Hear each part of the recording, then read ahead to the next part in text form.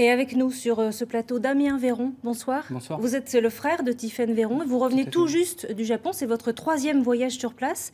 Avez-vous là-bas obtenu enfin des réponses, un début d'explication sur la disparition de votre sœur?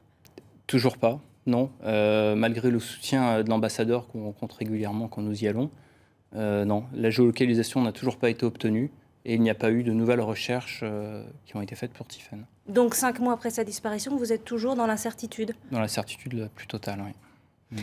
Vous en parliez à l'instant, la géolocalisation du téléphone de votre sœur n'a pas été faite. Pourquoi?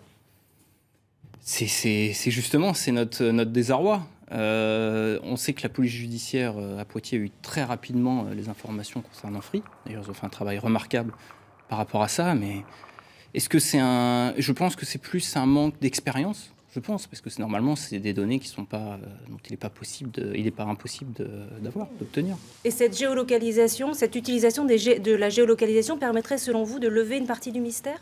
Tout à fait. C'est l'élément central lorsqu'on disparaît, le téléphone portable. On sait qu'elle l'avait avec elle. Donc c'est évident que ça changerait, ça donnerait des indications importantes pour l'enquête. Oui. Est-ce que la police japonaise poursuit encore aujourd'hui ses recherches? Ou est-ce qu'elle mène une enquête à minima? Pour la police, c'est un fonctionnement qui est différent. C'est-à-dire qu'eux, ils considèrent qu'ils n'ont pas d'indices. Donc du moment où ils n'ont pas d'indices, effectivement, il n'y a pas de recherche qui continue. Donc non, il n'y a pas d'action concrète pour rechercher Tiphaine. Est-ce que l'État français vous soutient dans vos démarches, notamment auprès de la police japonaise, pour obtenir cette fameuse exploitation des données de géolocalisation? Énormément. La police judiciaire de Poitiers a fait un travail remarquable à ce sujet-là. Laurent Pic, qui est l'ambassadeur de France au Japon, nous soutient beaucoup. D'ailleurs, à chaque réunion avec la police de Nikko, il est là. Il nous fait grâce de sa présence. Donc oui, on a un soutien de la France, de l'Élysée également. On sait qu'Emmanuel Macron suit personnellement le dossier. Donc en France, oui, heureusement, on a ce soutien. Alors parallèlement, vous le dites, il se passe des choses aussi. Ici, la police judiciaire de Poitiers travaille. Et puis il y a ces rassemblements de soutien à Poitiers qu'on a vus. Tout ça, c'est utile pour vous? C'est très important. On est Poitevin. Tiphaine a donc été connue à Poitiers. Donc de voir tous ses amis, notre famille nous soutenir, effectivement, ça nous permet de tenir le coup. Parce qu'on imagine que dans cette période de fête, c'est une période un petit peu compliquée à vivre? Oui, parce que c'était vraiment la période des fêtes. C'est une période que Tiphaine aime particulièrement. Donc oui, c'est assez difficile. Vous avez prévu de retourner au Japon prochainement.